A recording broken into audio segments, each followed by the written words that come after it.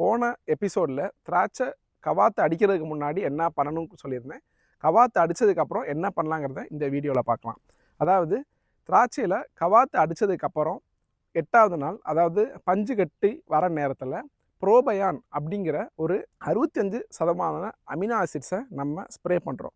ஒரு 200 லிட்டரு தண்ணிக்கு, அதாவது ஒரு ட்ரம்முக்கு 500 ml வச்சு கொடுக்கலாம். இந்த ட்ரென்ச்சிங்கில் ஆல் 19, அதாவது 19 ஒரு ட்ரம்முக்கு 4 கிலோ வச்சு நீங்கள் ஒரு 6 தடவை கொடுக்கணும். அதாவது ஒரு நாள் விட்டு ஒரு நாள் 6 தடவை நீங்கள் கொடுக்கணும்.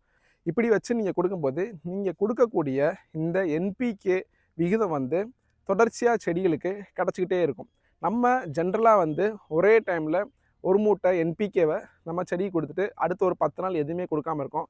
நானும் இப்போ அதே மாதிரி ஒரு மூட்டை அளவை தான் சொல்கிறேன். ஆனால் அதே ஒரு மூட்டை அளவை உங்கள் வெஞ்சுரி மூலயமா நீங்கள் ஏற்றிட்டு நீங்கள் ஒரு 6 பகுதியாக அதை பிரிச்சுட்டு 4 கிலோ இந்த மாதிரி நீங்கள் கொடுக்கும்போது செடிக்கு தேவையான ஊட்டச்சத்துக்கள் அது அப்பப்போ கிடைக்கிறனால செடி நல்ல ரீதிக்கு இந்த கொடி பறந்து போகும். இப்போ நம்ம பார்த்துட்டு இருக்க ஃபீல்டும் அதுபோல் நம்ம செஞ்சிட்ருக்கிறது தான். இப்போ நீங்கள் இது கவாத்து அடித்து கரெக்டாக 22வது நாளில் இப்போ இருக்குது. நம்ம போன டைம் இதே மெத்தடை இங்கே கொடுத்துருந்தோம். அதோட ரிசல்ட்டை நீங்கள் பார்க்கலாம்.